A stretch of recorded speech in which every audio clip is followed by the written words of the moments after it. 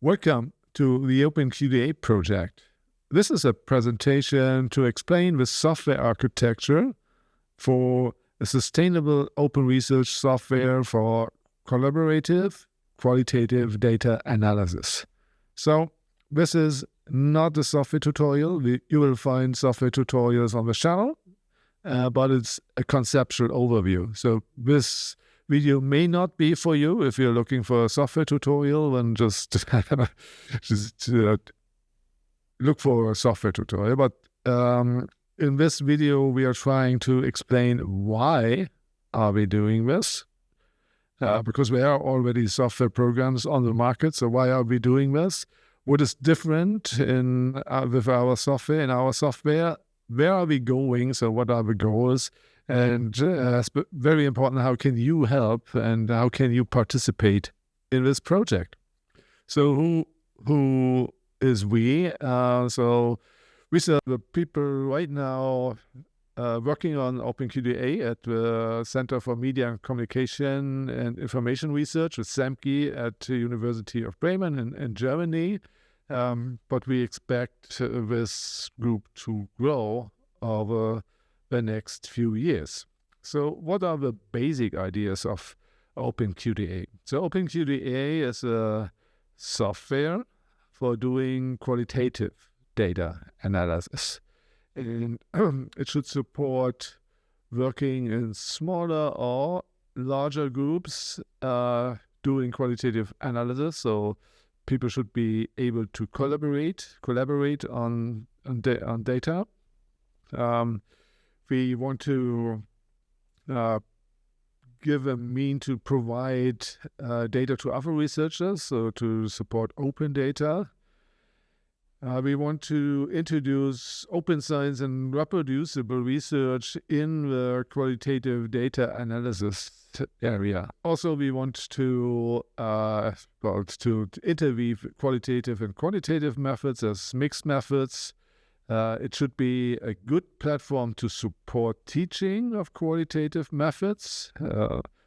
And we want to integrate artificial intelligence models, but in a trusted way, and also in a data secure way.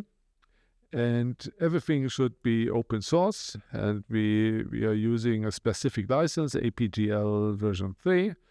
Should be free, and especially you should be able to host OpenQDA on-premise at your institution and be in full control of the software. A good practice for quantitative data analysis is for us like our project and the Jupyter project, and so be really trying to emulate some ideas from them in qualitative analysis. If you look at the market, mostly it's called like computer-assisted qualitative data analysis software. And so from our point of view, the market situation is rather similar to the early 2000s in the quantitative data analysis market. Like you had the programs like SPSS, SAS, Stata, JUMP, or MATLAB. And today, if you look at the qualitative data analysis softwares, you also have these commercial character systems like MaxQDA, F4 Analyse, NVivo, DDoS, and Atlas TI. And problems are, especially teaching, they're expensive. You have some kind of lock-in because the data is proprietary. You have very complex graphical user interfaces, and they're closed source. So you cannot really participate in the development on them in a, I think, meaningful way. So one solution has been that a lot of these software providers, they created the qualitative data analysis standard REFI, which is a good thing, but still it's not the native data format. So if you really switch between software, you always lose some kind of data, especially in your analysis of the data. So also because there's a rich tradition in qualitative data analysis software. So especially here in Germany. So most of them are kind of old products, like 20 years they're on the market, and we have what we call a high technological debt. So if you want to do collaborative and web-based workflows, it's not really possible with the old code base. And so like Atlas TI, for example, provide these web-based versions of a software, but it's another software in a way. It is not really feature complete with the old software. And so this is for us one of the things we say, okay, and now everyone has to recode his software anyway. So this is a good moment to also enter this space with a new free open software. So and we really think that in comparison to quantitative software projects like R, you have like 20,000 R package on the repository of our project. So we really think that there's a good possibility to find people maybe like you who like to contribute to this. A very, very important thing is that right now you see a lot of discussion about AI usage, and especially large language models, to be used in qualitative data analysis software, and all the major players are doing it, like OpenQDA, for example, the AI assist system, but they are relying on hosted versions, like running on OpenAI services. And if you look into the fine print, you see it's running on some Microsoft servers in some data centers, and you can say, well, this is all safe and good, but especially with research data and qualitative data, we don't think that this should run on commercial servers, but it should be done in university facilities. So we really want to make this much more transparent, how this is used. Also, I mean, there are some open source characters. I just named a few of them. They have very limited software scopes. It's not really sustainable because often it's just one postgraduate who created this software and then just develops this on and on. The problem is here that all of these projects have to create everything. So they have to do the back end, the front end, and the analysis stuff. And our idea is to have one system which does all this core stuff, and then you can bring your own ideas of how to code and how to analyze this data into software like OpenQDA with plugins, which I will talk about more a few slides later. And also the on-premise hosting is mostly not available.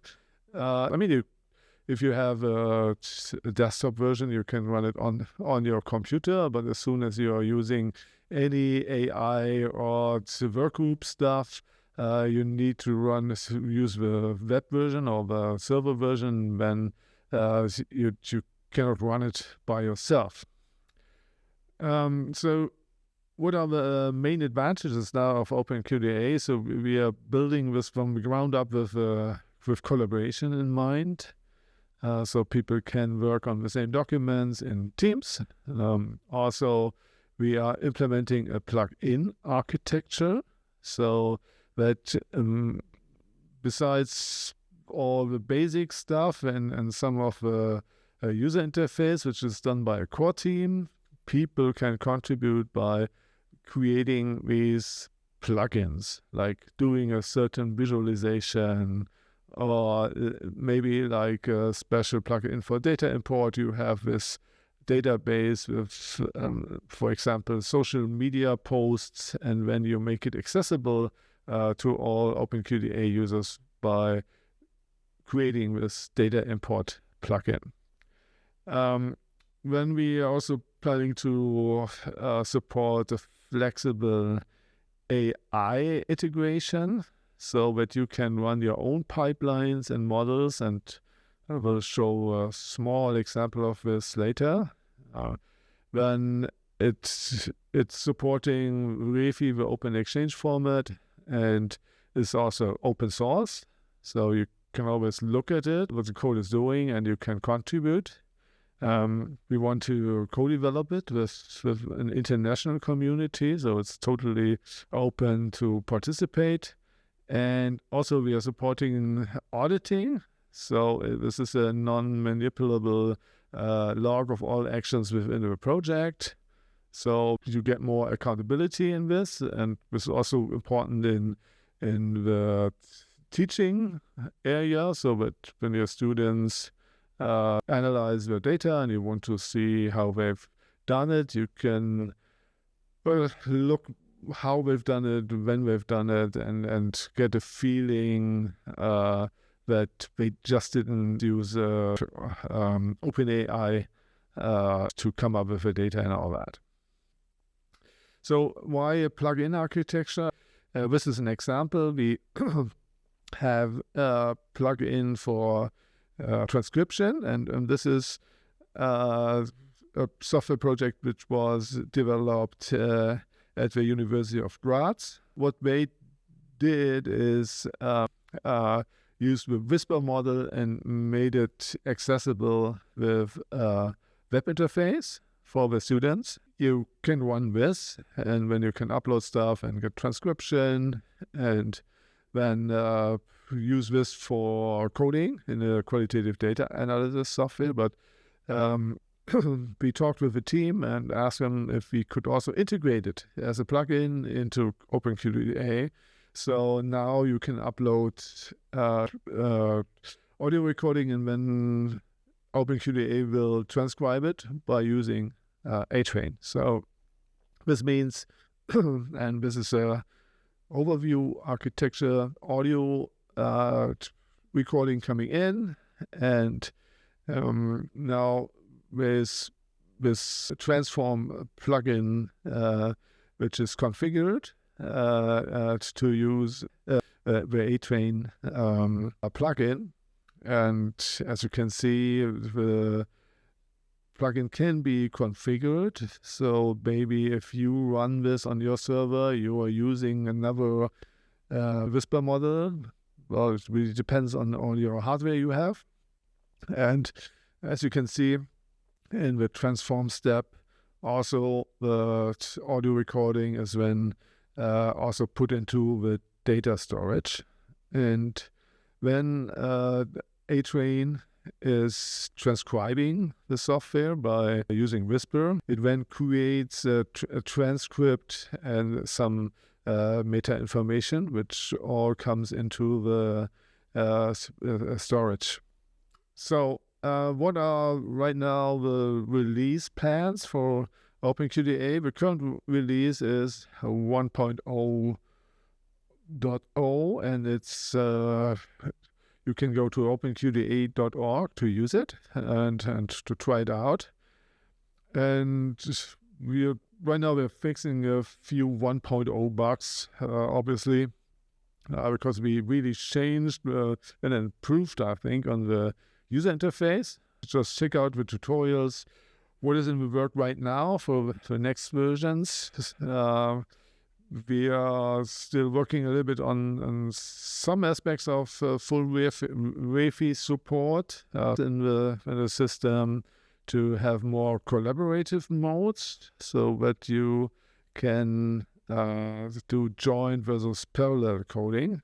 So do you want to see the codings of other people who are coding, or are you coding parallel without seeing them, so that later on you can do, for example, intercoder correlations to see, to do further analysis of this.